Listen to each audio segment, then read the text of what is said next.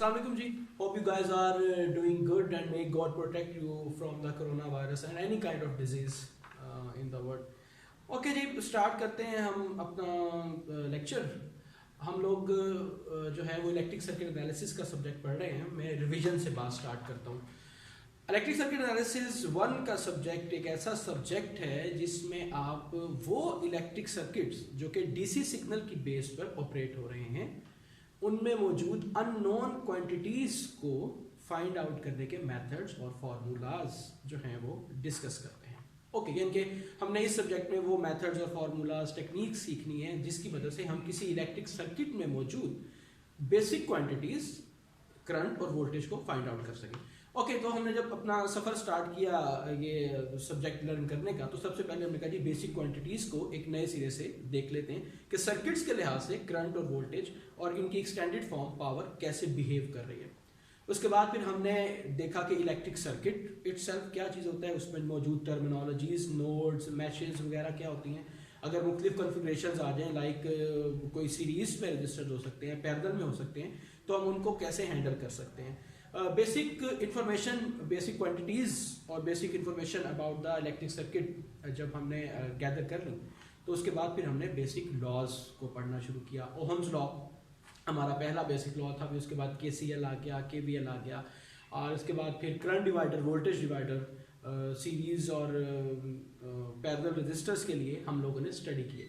इसके बाद फिर हम मूव कर गए नोडल और आज मैश एनालिसिस के ऊपर। हमने ये क्लेम किया कि नोडल एनालिसिस और मैश एनालिसिस इस बुक में मौजूद टेक्निक्स में सबसे इम्पॉर्टेंट हैं, तो हमें इनको लर्न करने के लिए अच्छी एफर्ट की ज़रूरत है, although they are very much easy. हाँ, नोडल एनालिसिस और मैश एनालिसिस के बेनिफिट में हमने जो सबसे पहली बात की वो ये की कि नोडल एनालिसिस और मैश एनालिसिस में नंबर ऑफ इक्वेशंस आपकी रिड्यूस हो जाती हैं, यानी कि आपको प्रॉब्लम सॉल्व करने में जो कॉम्प्लेक्सिटी है, कॉम्प्लेक्सिटी लेवल जो है आपका प्रॉब्लम सॉल्विंग में, वो रिड्यूस हो जाता है। और फिर जब हमने नोडल एनालिसिस अप्लाई किया तो हमने इसको वेरीफाई भी किया, और लास्ट टाइम मैश एनालिसिस में भी हमने ये बात देखी कि अगर आप मैश एनालिसिस की बजाय सिंपल केवीएल अप्लाई करते तो आपके पास नंबर ऑफ इक्वेशंस ज़्यादा हो जाती हैं, जबकि मैश एनालिसिस में आपके पास नंबर ऑफ इक्वेशंस सिर्फ 2 बनी थी।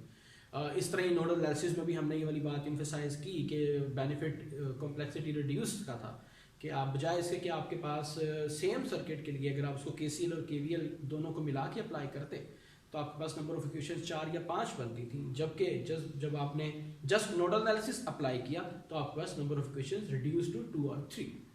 ओके, सो लास्ट टाइम हमने मैश एनालिसिस स्टार्ट किया और हमने कहा कि मैश एनालिसिस एक ऐसी टेक्निक है, इलेक्ट्रिक सर्किट एनालिसिस की एक ऐसी टेक्निक है जो कि केवीएल की एक्सटेंशन है या केवीएल की एप्लीकेशन है, जिसमें हम अपने सर्किट पर केवीएल अप्लाई करते हैं और सर्किट में मौजूद मैश करंट्स को फाइंड आउट करते हैं। मैश करंट इस टॉपिक की नई बात थी, तो हमने कहा कि मैश करंट और जो हमारा कन्वेंशनल कंपोनेंट करंट है इसके दरमियान में कोई रिलेशन होगा। हमने सबसे पहले वो रिलेशन फाइंड आउट किया। ओके, तो मैश एनालिसिस अप्लाई करने के जो स्टेप्स थे, स्टेप नंबर 1 में आपने सर्किट में मौजूद मैशेस को फाइंड आउट करना था, उसमें मैश करंट आपने फ्लो करवा दिया। स्टेप 1 का सब स्टेप हमने एक बनाया कि मैश करंट और कंपोनेंट करंट में रिलेशन को भी डिफाइन कर दें। स्टेप नंबर 2 पर मैशेस के अंदर केवीएल अप्लाई किया गया, और स्टेप नंबर 3 पर जो केवीएल से इक्वेशंस आई थी, वोल्टेज इक्वेशंस, उनको हमने मैश करंट्स में कन्वर्ट किया। नोट इट डाउन कि हमने मैश करंट्स में ओहम्स लॉ अप्लाई करके अपनी इक्वेशंस को कन्वर्ट किया था, ना कि अपने कंपोनेंट करंट में जो कि कन्वेंशनल केसीएल या केवीएल से आ रहे थे। ओके, और फिर हमने देखा, कंपैरिजन किया अपने केवीएल से मैश एनालिसिस का, तो हमारे पास नंबर ऑफ इक्वेशंस रिड्यूस थी। ये सब कुछ हमने लास्ट लेक्चर में देख लिया था। साथ ही साथ हम नोडल एनालिसिस से कंपैरिजन भी करते जा रहे थे, जो कि हम इंशाल्लाह आज के लेक्चर में भी कंपैरिजन करते जाएंगे, ताकि आपको दोनों मेथड्स को कंपेयर और समझने में आसानी रहे। ओके जी, लास्ट टाइम हमने अपनी आसानी के लिए जो है वो सर्किट्स चूज किए थे मैश एनालिसिस के लिए, जो कि सिर्फ और सिर्फ वोल्टेज सोर्स के ऊपर ऑपरेट हो रहे थे, या वो सर्किट जिसके अंदर सिर्फ वोल्टेज सोर्स थे। आज हम अपने मेथड को एक्सटेंड करेंगे और मैश एनालिसिस उन सर्किट्स पर भी अप्लाई करेंगे जिनमें ना सिर्फ वोल्टेज सोर्स बल्कि करंट सोर्स भी होगा, करंट प्लस वोल्टेज सोर्स। ठीक, यानी कि किसी भी किस्म का सर्किट आ जाए, डीसी सिग्नल पर ऑपरेट होता हुआ, उसके अंदर कोई भी टाइप करंट सोर्स हो या वोल्टेज सोर्स हो, आपको अगर उस पर मैश एनालिसिस अप्लाई करना हो तो आप कैसे करेंगे। ओके जी, तो आज का टॉपिक नंबर 1 तो ये, इसी से कनेक्टेड ये कि हमने लास्ट टाइम बात की थी कि मैश एनालिसिस की ज़रूरत क्यों महसूस हुई जब हमारे पास केवीएल है, या केवीएल की लिमिटेशन क्या थी, या मैश एनालिसिस का बेनिफिट क्या है। ये भी आज ही हम इस सवाल का जवाब भी हम आज के लेक्चर में इसी टॉपिक में देंगे। ओके, सो अब आपके पास अगर सर्किट आ जाता है, एक ऐसा सर्किट जिसके अंदर करंट सोर्स कनेक्टेड है अलॉन्ग विद वोल्टेज सोर्स या सिर्फ करंट सोर्सेज हैं, और आपसे कहा जाए कि भाई इस पर मैश एनालिसिस अप्लाई करें, तो फिर आप कैसे करेंगे, ये बात अब हम समझने की तरफ जा रहे हैं। ओके, तो अब दो तरह के सर्किट्स हो सकते हैं जिसमें आपके पास करंट सोर्स है। अब हम उसको और सब कैटेगराइज कर रहे हैं। एक इस तरह का सर्किट हो सकता है जिसमें जो करंट सोर्स है वो किसी और मैश के साथ कनेक्टेड नहीं है। मिसाल के तौर पर एक सर्किट जिसके अंदर वोल्टेज सोर्स लगा हुआ है, रजिस्टर है, एक मैश और ये दूसरी मैश। ठीक, आपके पास दो मैशेस आ गई और आपके पास इस सर्किट में करंट सोर्स भी है, वोल्टेज सोर्स भी है, और सवाल ये है कि इस सर्किट को आपने मैश एनालिसिस से सॉल्व करना। अब आप अगर इसको देखें तो आपका जो करंट सोर्स है, अगर करंट सोर्स ना होता फिर तो हम लास्ट वाले मेथड से इसको सॉल्व कर लेते। अब सर्किट में करंट सोर्स आ गया, करंट सोर्स किसी और मैश के साथ शेयर नहीं होगा। ठीक, अगर मैं इसका कंपैरिजन साथ साथ नोडल एनालिसिस से करता जाऊं तो वहां पर हमारे पास इस तरह के सर्किट में जहां पर वोल्टेज सोर्स आया था, दो केसेस हमने बनाए थे, और केस नंबर 1 हमने ये बनाया था कि अगर वोल्टेज सोर्स रेफरेंस और नॉन रेफरेंस नोड के दरमियान में आ जाए तो नॉन रेफरेंस नोड पर वही वोल्टेज होगा जो वोल्टेज सोर्स की वैल्यू होगी। रिमेंबर? ओके, सो ये उसी तरह की बात यहां पर चल रही है कि अगर करंट सोर्स किसी भी मैश के साथ शेयर ना हो रहा हो, किसी और मैश के साथ सिर्फ एक मैश का हिस्सा हो, तो इस मैश में जो मैश करंट आप फ्लो करवाएंगे, लेट्स से I1, उसकी वैल्यू उतनी ही होगी जितनी इस करंट सोर्स की है। लेट्स सपोज कि इस करंट सोर्स की वैल्यू मैं रखता हूं 5 एम्पीयर। ठीक, तो हमारा मैश एनालिसिस का स्टेप नंबर 1 क्या था? मैशेस के अंदर मैश करंट्स फ्लो करवाए। नंबर 2, केवीएल अप्लाई किया दोनों मैशेस के अंदर। ठीक, उसके बाद तीसरे स्टेप पर आपने वोल्टेज की जो इक्वेशन थी, केवीएल अप्लाई करने से जो इक्वेशन आई थी, उसको मैश करंट्स में लिखना था। और अब यहां पर आपके पास मैश करंट था अननोन। यहां पर ये आपका मसला हल हो गया कि इस मैश का करंट आपको ऑलरेडी मालूम है कि इस मैश में, इस पूरी की पूरी मैश में वही करंट फ्लो कर रहा होगा जो कि कनेक्टेड करंट सोर्स की वैल्यू है। ओके, यानी कि अगर मैं यहां पर दूं तो I1 की value is equal to -5 ampere. Minus आपको पता है कि माइनस क्यों आया, क्योंकि जो आपका मैश करंट की डायरेक्शन थी, जो आपने सपोज की क्लॉकवाइज, और जो आपके करंट सोर्स की डायरेक्शन है वो ऑपोजिट है। ओके, फॉर एग्जांपल आप कहते हैं कि नहीं जी मैं एंटी क्लॉकवाइज डायरेक्शन ले लेता हूं मैश करंट की, तो अब यहां पर आपके पास I1 5 एम्पीयर आ गया। ठीक, तो ये माइनस की डिस्कशन हमने ऑलरेडी काफी दफा कर ली है, तो हम उधर नहीं जा रहे। सो आपका टारगेट क्या था क्वेश्चन का? आपका टारगेट था मैश करंट्स को फाइंड आउट करना by using the mesh analysis. ठीक, तो आपके पास दो मैशेस थी, मतलब दो अननोन थे, लेकिन इस करंट सोर्स की वजह से अब आपके पास सिर्फ एक अननोन रह गया, तो आपका जो प्रॉब्लम है वो स्टार्ट करते साथ ही आधा हल हो गया। सो ये बेनिफिट हो गया आपको इस करंट सोर्स का, जो कि किसी और सर्किट में, जो किसी और मैश के साथ कनेक्टेड नहीं है। अच्छा जी, तो एक तो होगी हमारे पास ये वाली बात। दूसरा केस हमारे पास ये आ सकता है कि जो आपके पास करंट सोर्स है, आपका जो करंट सोर्स है वो एक से ज्यादा मैशेस के साथ शेयर है, दो या दो से ज्यादा। मैं सिंप्लिसिटी के लिए इनिशियल लेवल पर जस्ट एक कंसीडर करता हूं। एक वोल्टेज सोर्स है, ये एक रेजिस्टर है, ये करंट सोर्स आ गया, फॉर एग्जाम्पल आपके पास कोई इस किस्म का सर्किट आ गया और आपने इसको मैश एनालिसिस से सॉल्व करना है।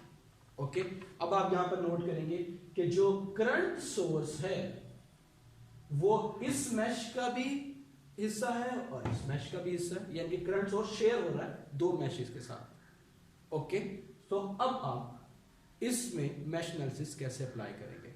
अगर हम यहां पर रुक कर नोडल एनालिसिस को जहन में लेके आए तो नोडल एनालिसिस में ये सिचुएशन थी कि आपके पास वोल्टेज सोर्स जो कि प्रॉब्लमेटिक चीज थी वो दो नॉन रेफरेंस नोड्स के दरमियान में आ रहा था। ठीक, तो फिर अब आपने क्या करना था, और यहां पर करंट सोर्स जो कि प्रॉब्लमेटिक चीज है केवीएल अप्लाई करने के लिए वो दो मैशेस के दरमियान में आ गया है, तो क्या किया जाए? अच्छा, अब यहां पर हमने रुकना है और यहां पर हमने अपने उस सवाल का जवाब भी देना है कि मैश एनालिसिस की जरूरत क्यों महसूस हुई। अच्छा जी, अब मैश एनालिसिस कहता क्या है? जो बात हम कर रहे थे ना कि प्रॉब्लमेटिक करंट सोर्स, या इससे पहले नोडल एनालिसिस में प्रॉब्लमेटिक वोल्टेज सोर्स, हम उसकी तशरीह की तरफ आ रहे हैं। प्रॉब्लमेटिक क्यों? मैश एनालिसिस में हम क्या करते हैं कि किसी भी मैश में केवीएल अप्लाई करते हैं। लेट्स से इस मैश में केवीएल अप्लाई किया, केवीएल अप्लाई करने लगा तो मुझे हर कंपोनेंट जो कि मैश में मौजूद है उसके अक्रॉस वोल्टेज की वैल्यू चाहिए। Let's say voltage across this resistor plus voltage across this plus voltage across this.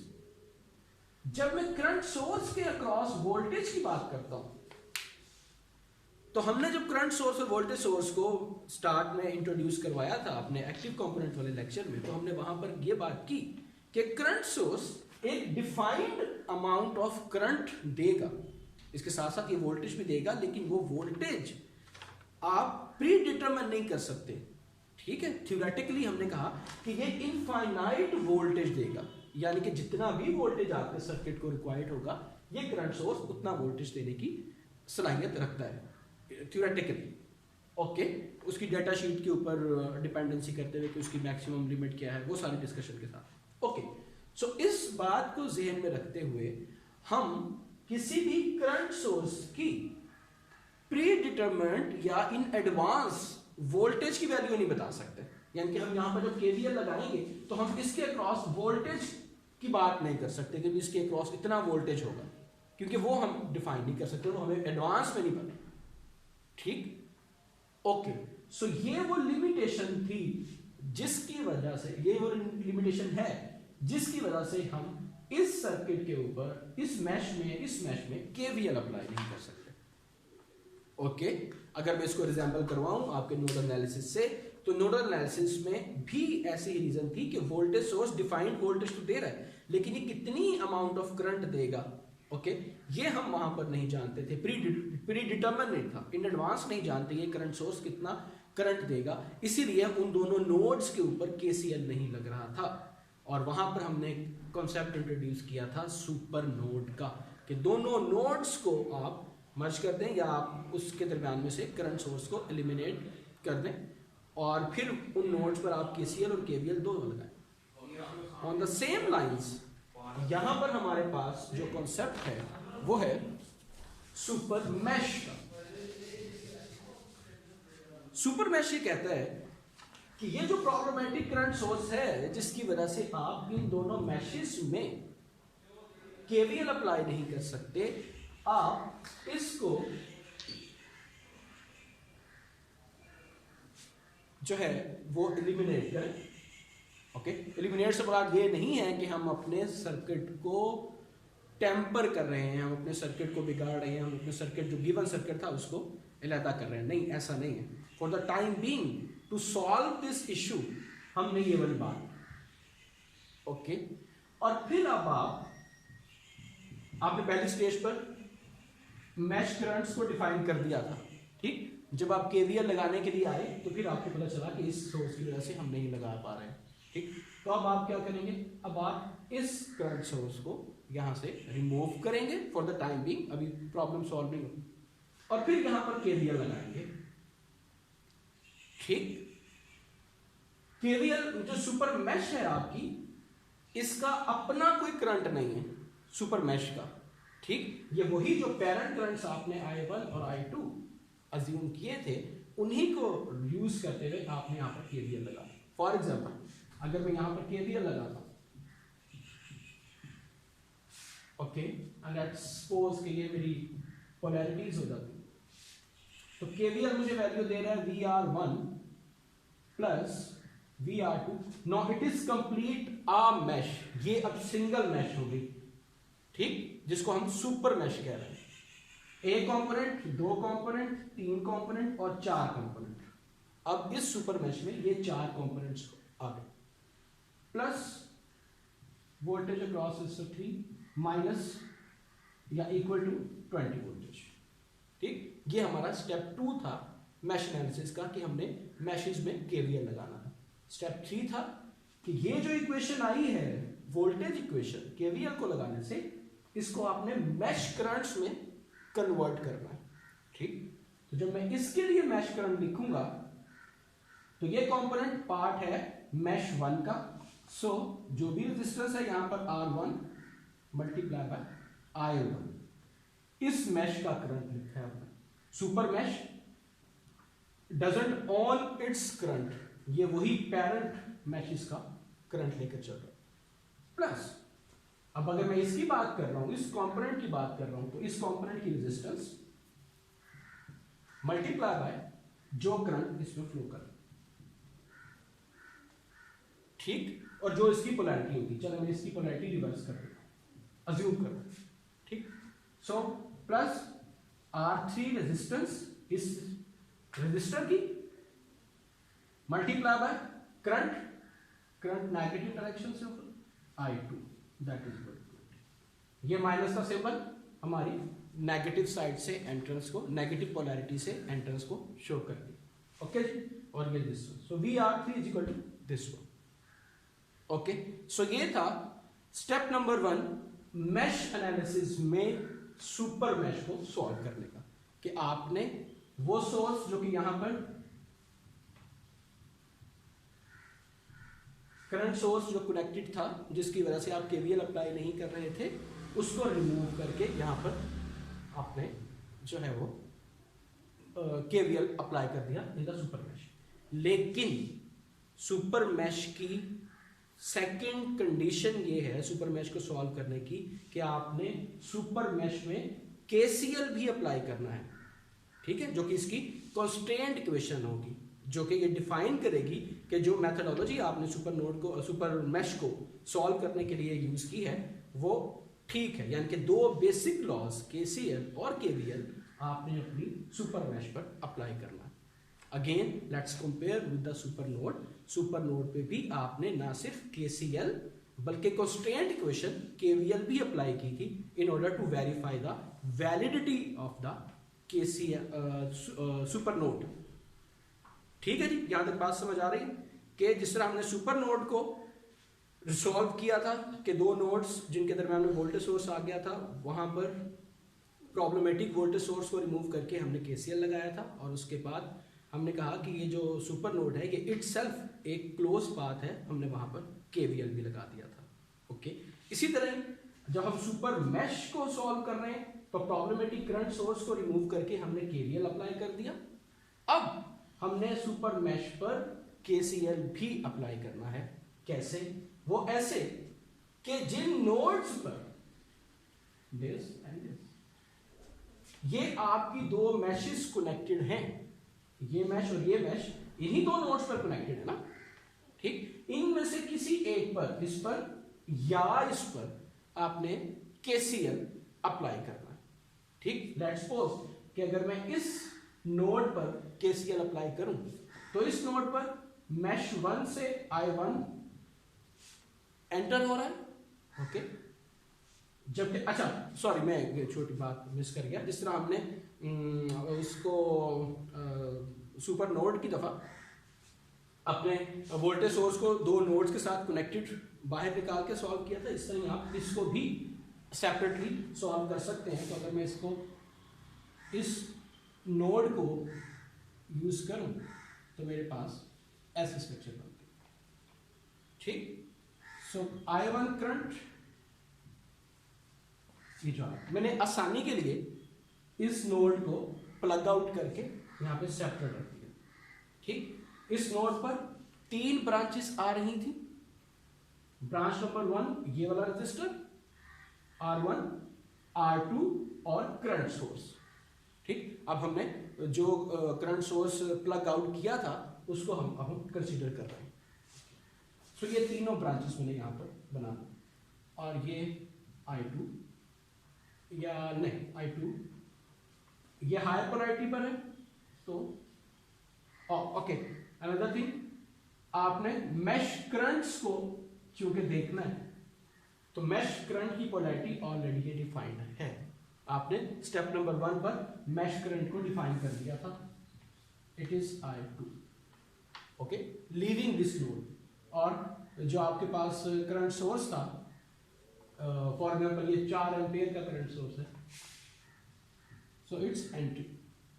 सो अगर मैं सुपर मैश में केसीएल अप्लाई करूं इस नोड पर, so that will be I1 plus 4 is equal to I2।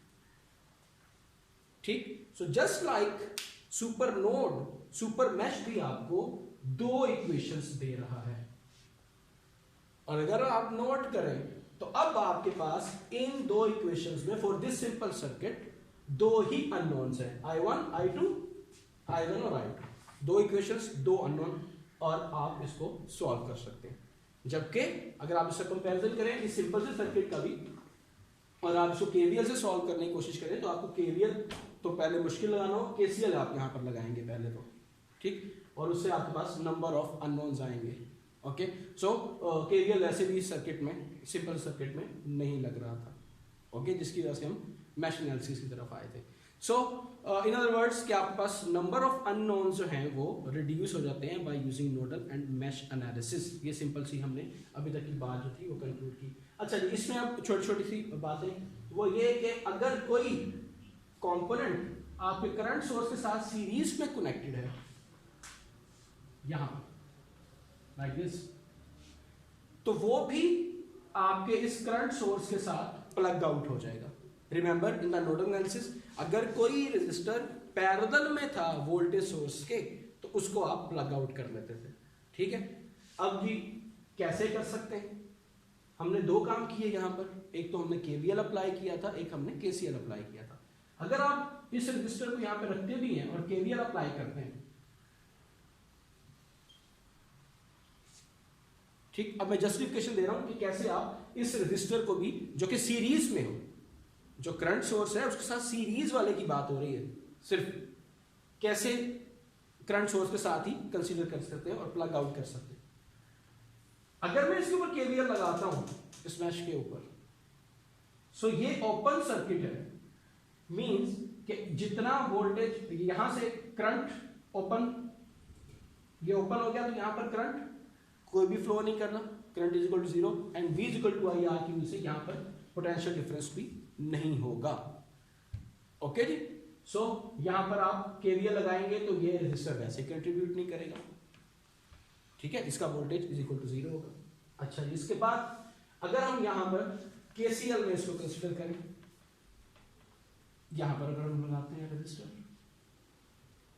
Current in series is same, इस node पर जो current आएगा वो वही 4 एम्पियर ही आएगा, क्योंकि 4 एम्पियर ही इस रेजिस्टर में फ्लो कर रहा है, 4 एम्पियर ही सोर्स में, सीरीज में, तो तब भी यहां पर इस रेजिस्टर का रोल आपको नजर नहीं आएगा।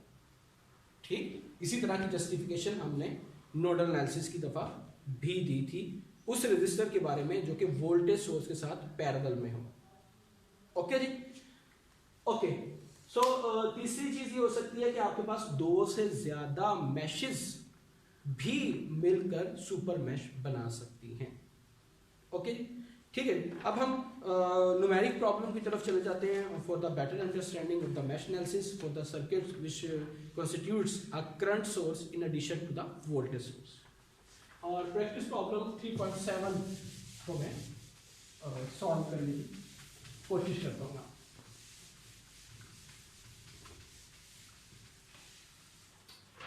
ओके जी, let me redraw the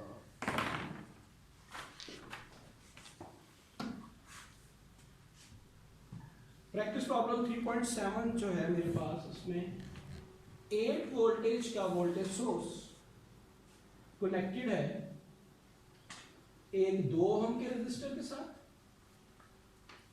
जो कि फर्दर कनेक्टेड है एक 4 ओम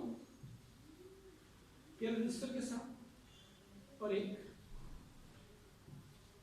2 ओम के रेजिस्टर के साथ।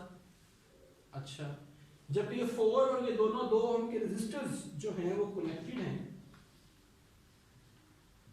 4 एम्पेयर के करंट सोर्स जिसके साथ रेजिस्टर सीरीज में लगा हुआ है। ये वो बात जो भी हमने लास्ट में, जबकि दूसरे एंड पर 2 और 4 ओम का रेजिस्टर,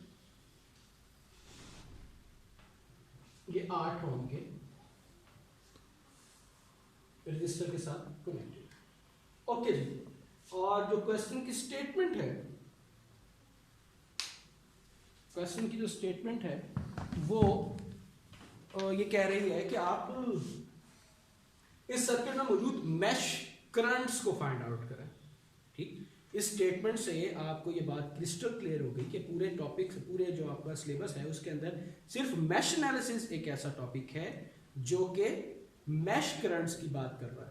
जिस तरह के जब किसी ने कहा कि नोड वोल्टेजेस फाइंड आउट करें, तो पूरे टॉपिक्स में नोडल एनालिसिस एक ऐसा टॉपिक था जो कि नोड वोल्टेज की बात कर रहा था। तो उसने इनडायरेक्टली आपको बाउंड कर दिया ये बात करके कि इस सर्किट में मौजूद मैश करंट्स को फाइंड आउट करें कि आपने ये सर्किट मैश एनालिसिस से ही सॉल्व करना। ठीक, वे नंबर 1। वे नंबर 2 कि वो आपको डायरेक्टली कह दे कि इस सर्किट में मौजूद unknown quantities, for example current along this resistor find out करें या voltage across these resistors find out करें बाय यूजिंग मैश एनालिसिस। ठीक, तो वे नंबर 2 ये था कि आप मैश एनालिसिस ही अप्लाई करेंगे। वे नंबर 3 के अननोन क्वांटिटीज को फाइंड आउट करना है इस सर्किट में, and it's totally up to you guys कि आपने कौन सा मेथड चूज करना है। ठीक, अब आप 1 बाय 1 सारे मेथड्स को यहां पर ट्राई करेंगे in your visualisation. Pen pencil से नहीं शुरू हो जाना कि जी कौन सा मेथड है जो कि बेस्ट सूटेबल है। फॉर एग्जांपल आपने स्टार्ट किए अपने एनालिसिस, तो आपने कहा कि ओहम्स लॉ डायरेक्टली यहां पर नहीं लग सकता। ठीक, क्योंकि ना वोल्टेज की वैल्यू गिवन है ना करंट की वैल्यू गिवन है। हाँ, अगर एक क्वांटिटी मालूम हो जाए और रेजिस्टेंस ऑलरेडी गिवन है तो फिर हम ओहम्स लॉ यूज कर लेंगे। Similarly law of conservation of power भी यूज नहीं हो सकता for the same reasons. KCL अगर मैं अप्लाई करता हूं और केवीएल भी अप्लाई करता हूं, हाँ केसीएल और केवीएल दोनों मिक्स करके अगर मैं अप्लाई करूं तो फिर ये सर्किट सॉल्व हो रहा है। ठीक, फॉर एग्जांपल इस वाली लूप में केवीएल अप्लाई कर दिया, यहां पर केसीएल अप्लाई कर दिया, ओके, और सो ऑन, इसको आप देख सकते। सीरीज या वो पैरेलल के जो फार्मूलाज थे, करंट डिवाइडर, वोल्टेज डिवाइडर, वो भी यहाँ पर अप्लाई नहीं हो रहे क्योंकि जो कंपोनेंट्स हैं वो सीरीज में और पैरेलल में नजर नहीं आ रहे। ओके, नोडल एनालिसिस पे आ जाते हैं। नोडल एनालिसिस में हमने वो सर्किट्स पढ़े हुए हैं जहां पर करंट सोर्स और वोल्टेज सोर्स दोनों। ठीक, सो ये वाला सर्किट नोडल एनालिसिस से भी सॉल्व हो सकता है, डायरेक्टली आप देख के बता सकते हैं। केसीएल केवीएल पर आपको थोड़ा सा डाउट हो सकता है जब तक आप थोड़ा सा पेन पेंसिल ना चलाएं, लेकिन आपने पढ़ा हुआ है कि नोडल एनालिसिस में वो सर्किट्स आते हैं जिसमें करंट सोर्स भी और वोल्टेज सोर्स भी। और उसके बाद आपने देखा कि जनाब मैश एनालिसिस में भी ऐसे सर्किट्स आते हैं जिसमें करंट सोर्स भी हो और वोल्टेज सोर्स भी हो। ओके, सो आपने इन दिस थर्ड वे आपने डिसाइड किया कि मैं इस सर्किट को नोडल एनालिसिस की बजाय मैश एनालिसिस से सॉल्व करता हूं। Okay, so by any means आप इस सर्किट को मैश एनालिसिस से सॉल्व करने लगे हैं। लेट्स सी कि कैसे करते हैं। ओके, मैश एनालिसिस का स्टेप नंबर 1 कि आपने मैशेस में 1 2 3 मैशेस में मैश करंट्स को फ्लोट करवाना। Okay, so let's say it is my mesh number 1 I1, it is mesh number 2 mesh current I2 and it is mesh 3. Okay, step number 1। और step number 1 का सब step ये है कि mash currents और component currents में relation आपने define कर दिया।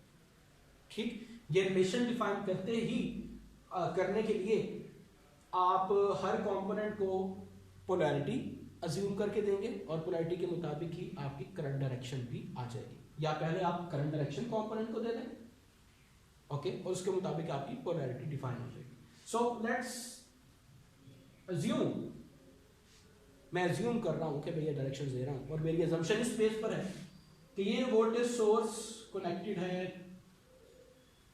सो यहां पर इस नोड पर जाकर इस वोल्टेज सोर्स से आने वाले करंट में स्प्लिट होना है। लेट्स से वो इस डायरेक्शन में और फिर इस डायरेक्शन में जाता है। ठीक, and I am not fully confident about this method as well कि यहां पर क्या हो, तो मैं पॉजिटिव और नेगेटिव यहां पर ये दे रहा हूं। ठीक, अज्यूम कर रहा हूं। फिर उसके बाद ठीक है जी, ये मैं अज्यूम कर लेता हूं। आपकी अजम्पशंस टोटली इससे 100% डिफरेंट भी हो सकती हैं। इस पे हम अच्छी बड़ी डिबेट कर सकते हैं, कर चुके हैं ऑलरेडी पिछले 3-4 कंटिन्यूस लेक्चर्स में कि आपकी पोलैरिटीज और करंट किस तरह से आपने अज्यूम करना है। ओके ओके जी, सो ये वाली हमने पोलैरिटीज डिफाइन कर ली। यहाँ पर भी हायर से लोअर पर करंट फ्लो करेगा। ओके जी, सो अब स्टेप नंबर 1 मैंने कंप्लीट किया कि mash currents I1, I2, I3 मैंने यहाँ पर मैशेस में कंसीडर किए और मैश करंट और कंपोनेंट करंट का रिलेशन डिफाइन किया।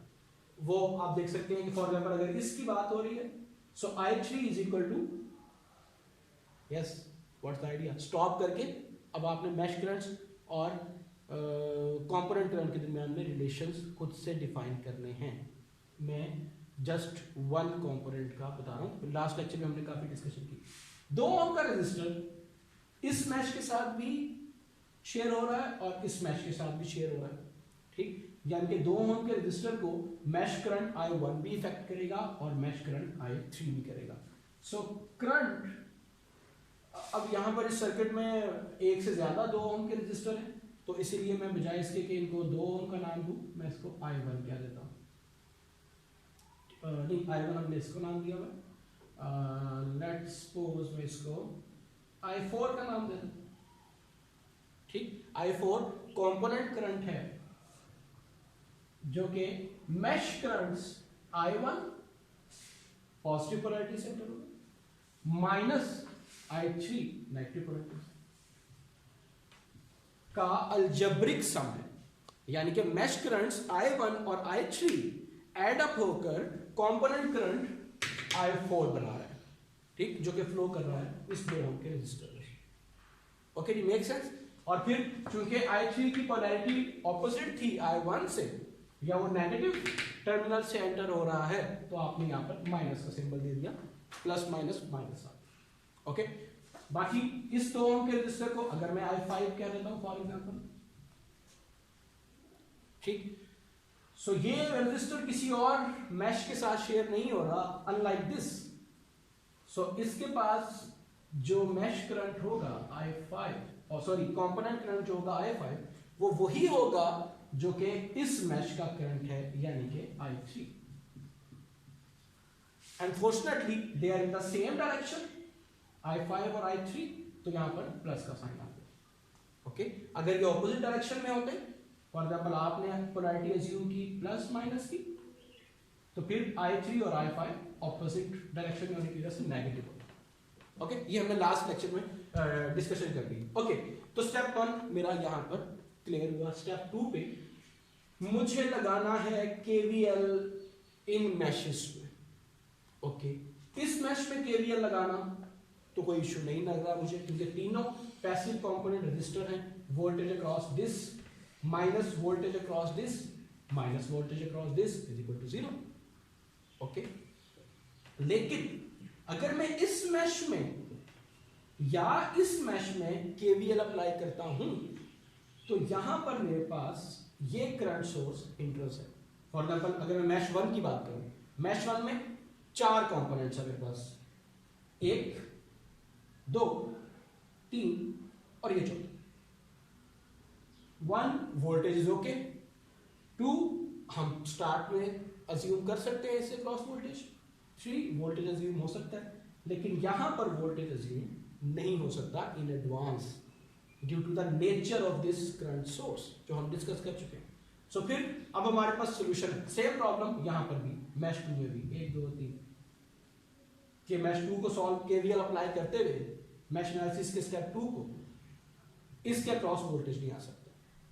ओके, सो अब हमारे पास ये था कि या तो ये करंट सोर्स किसी मैश के साथ शेयर ना हो रहा होता, फिर तो मसला आसान था, लेकिन ये करंट सोर्स इस और इस मैश के साथ शेयर हो रहा है, तो अब हम मूव करेंगे सुपर मैश की तरफ।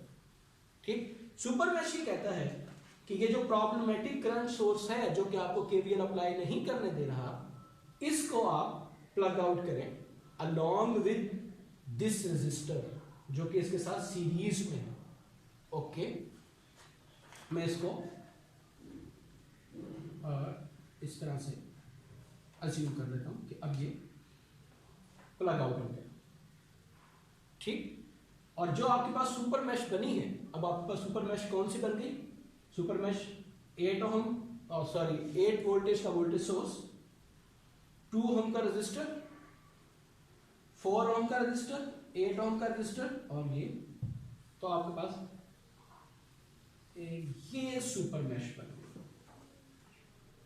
ठीक, और अब आप इसके अंदर केवीएल अप्लाई करेंगे, केवीएल इन सुपर मैश। ओके, अगर आप केवीएल सुपर मैश के अंदर अप्लाई करते हैं सो वो आपको वैल्यू देगा voltage across this plus voltage across this plus voltage across this and -8 voltage source. ठीक, स्टेप 3 पर जो वोल्टेज सोर्स की इक्वेशन आई है उसको आपने कन्वर्ट करना है मैश करंट्स में। ठीक, मैं स्टेप 1 आपका जो है वो नहीं लिख रहा हूं, स्टेप 2 लिख।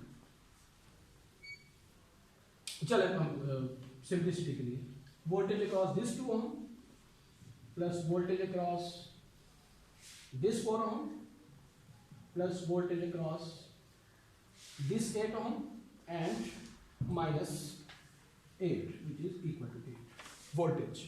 ओके, पूरी इक्वेशन वोल्टेज की फॉर्म में है, प्लीज माइंड इट।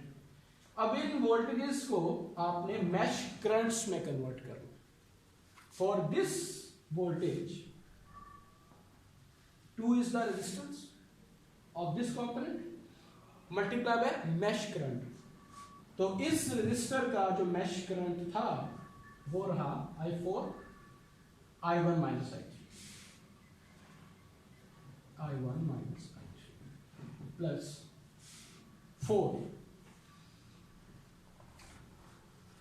इस कंपोनेंट के क्रॉस जो वोल्टेज है वो ये, और जब आप इसको ओहम्स लॉ यूज करके मैश करंट्स में लिखेंगे तो रेजिस्टेंस आ गई 4 ओहम, जबकि जो इसमें से करंट फ्लो कर रहा है मैश करंट्स फ्लो कर रहे हैं वो है combination of I2 and I3, I2 positive I3 negative, I2 minus I3 plus voltage across 8 ओम, ये सिंपल है, 8 जो रेजिस्टेंस है इस कंपोनेंट की मल्टीप्लाई बाय जो मैश करंट है, मैश करंट I2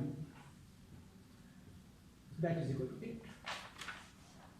ओके, क्योंकि इस कंपोनेंट को कोई और मैश टच नहीं कर रही थी, शेयर नहीं कर रही थी, just I2।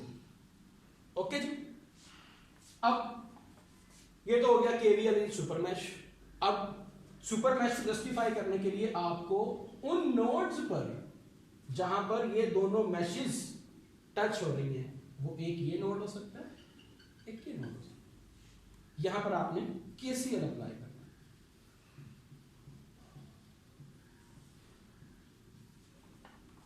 Okay ji, let's suppose कि मैं ये वाला नोड ले लेता हूं। ओके, और इसको मैं क्या लेता हूं, मैं वो वाला नोड भी ले लेता हूं। ओके, सो अगर मैं इसको यहां पर साइड पर लेबल करूं 4 एम्पीयर 10 ओम, ये कनेक्टेड है 8 ओम से, जहां से मेरे पास I2 आ रहा है ब्रांच करंट। हमने ब्रांच करंट्स की बात की है, सुपर मैश या मैश एनालिसिस। अब ब्रांच करंट को नहीं डिस्कस कर रहा, जस्ट मैश करंट्स को डिस्कस कर रहा है। तो जो आपने केसीएल यहां पर अप्लाई करना है वो मैश करंट्स की बात करते हुए अप्लाई कर रहे हैं, ठीक है। प्लस ये जो चीज आ रही है, ये जो आपने सुपर मैश के लिए अपने करंट सोर्स को एलिमिनेट किया था, उसका करंट वैसे का वैसे ही आएगा, ठीक। और ये कंपोनेंट जो आपके पास तीसरा कनेक्टेड है करंट सोर्स, उसमें आपके मैश आए वन मैश करंट, यानी कि जिन नोड्स पर ये दो मैशेस कनेक्टेड थी, उन मैशेस को जो मैश करंट्स इफेक्ट कर रहे हैं वो हमने केसीएल में अप्लाई कर दिया। केसीएल अगर मैं यहां पर अप्लाई करता हूं, 4 एम्पीयर का करंट एंटर हो रहा है इस नोड पर, I2 मैश करंट भी एंटर हो रहा है, जबकि I1 लीव कर रहा, राइट। अगर इस नोड की बजाय मैं इस नोड को चूज कर लेता हूं, तब भी कोई मसला नहीं है। इस नोड पर मैश करंट I2 लीव कर रहा, ये कंपोनेंट करंट 4 एम्पीयर का यहां से लीव कर रहा, जबकि यहां पर मैश करंट I1 एंटर हो, ये मैश करंट, ठीक। तो इक्वेशन आपकी तब भी सेम बनी with the opposite symbol, I1 is equal to I2 plus I4, I1 is equal to I2 plus I4, ठीक। तो वो नोड्स जो कि आपकी मैशेस को कनेक्ट कर रहे हैं, उनमें से किसी एक नोड के ऊपर आपने केसीएल अप्लाई कर दिया। अब सुपर मैश ने आपको दो इक्वेशंस दे दी हैं, दो कंस्ट्रेंट इक्वेशंस दे दी हैं, ओके। तो वो दो कंस्ट्रेंट इक्वेशंस ये रही। अब इन दो कंस्ट्रेंट इक्वेशंस में आपके पास अननोन्स कितने हैं? वो हैं 3, I1 I2 2 और ये I3 3। इसका मतलब ये हुआ कि अब आपको कोई तीसरी इक्वेशन भी चाहिए ताकि 3 इक्वेशंस और 3 अननोन्स हो जाए, ओके। हमने सुपर नोड की दफा भी ये बात हाईलाइट की थी कि ये पॉसिबल नहीं है, ये कंडीशन नहीं है कि जनाब इस सवाल में अगर सुपर नोड लग गया तो सिर्फ सुपर नोड ही लगना, उसके अलावा और कोई आपने मेथड या कोई और केसीएल केवीएल अप्लाई नहीं करना, नहीं। सुपर नोड सिर्फ एक चंक है आपके सवाल का। सिमिलरली सुपर मैश भी एक चंक है आपके सवाल का, ओके। अब ये आपने नहीं करना कि नहीं जी सवाल में जस्ट सुपर मैश लग गया तो अब हम कोई और इक्वेशन, कोई और मेथड यूज नहीं करेंगे, कोई और फॉर्मूला यूज नहीं करेंगे, ओके। सो अब आप अपने सर्किट को देखें और तीसरी इक्वेशन कहीं से प्रोड्यूस करें किसी और मेथड की तरह।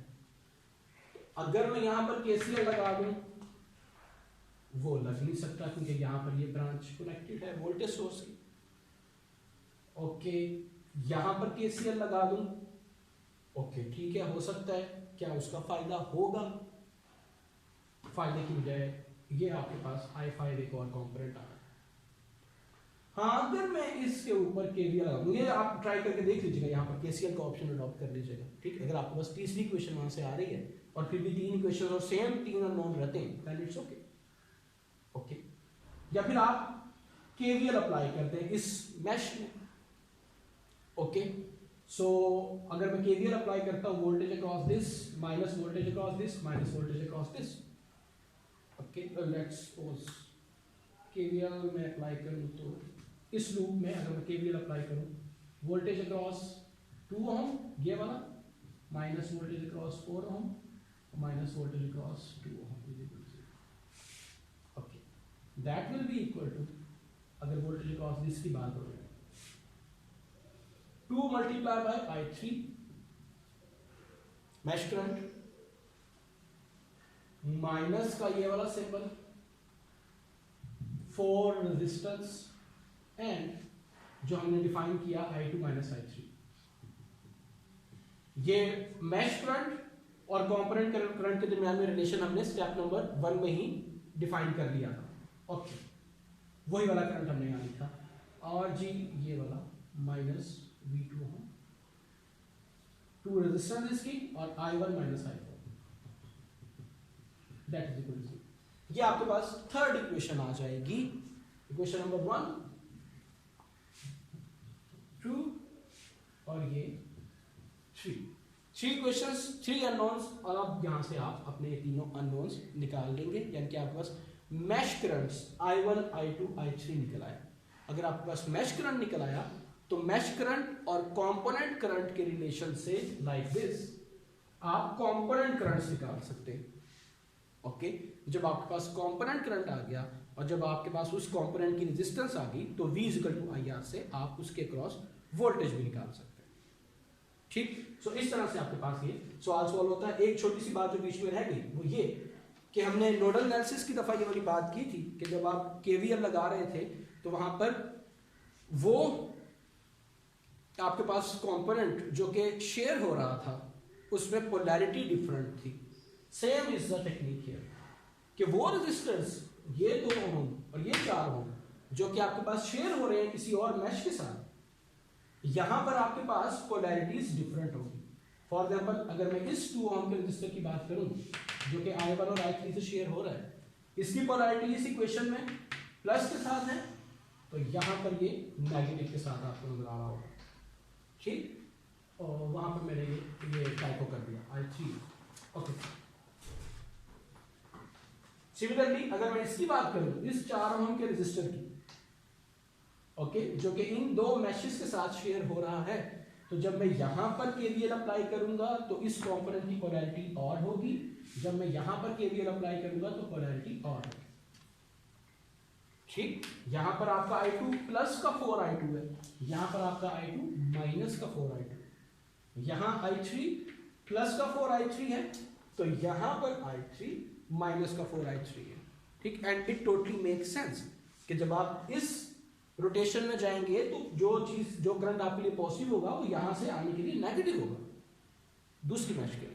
ठीक, इस चीज पर भी हमने लास्ट लेक्चर में एम्फेसाइज किया था कि ये आपके पास एक चेक के तौर पर भी हो सकता है कि आपका KVL ठीक लगा है या नहीं लगा, कि इनकी डायरेक्शन आपके पास ऑपोजिट होनी चाहिए। Okay, so that's all for the mesh analysis. Mesh analysis आपका कंप्लीट हो गया। आज अगर मैं इसको कंक्लूड करूं तो मैश एनालिसिस एक ऐसा मेथड, एक ऐसी टेक्निक है जिसमें आप KVL को अप्लाई करते हैं अपनी मैशेस में, सर्किट में मौजूद मैशेस में, और आपके पास मैश करंट्स इसमें आपके पास जो है वो हासिल होते हैं, जिस तरह भी हमारे पास हासिल हुए। और मैश एनालिसिस का बेनिफिट जो सबसे इम्पोर्टेंट ये है कि आपके पास जो इक्वेशंस आती हैं, कांस्टेंट इक्वेशंस आती हैं, साइमल्टेनियस इक्वेशंस आती हैं किसी भी रिस्पेक्टिव सर्किट के लिए, वो किसी और मेथड से कम होती हैं इन नंबर्स। ओके, फॉर एग्जाम्पल अगर किसी और मेथड से आपके पास 4 इक्वेशंस आ रही हैं अननोन इक्वेशन, तो मैश एनालिसिस में आपके पास 2 या 3 अननोन इक्वेशंस आ सकती हैं।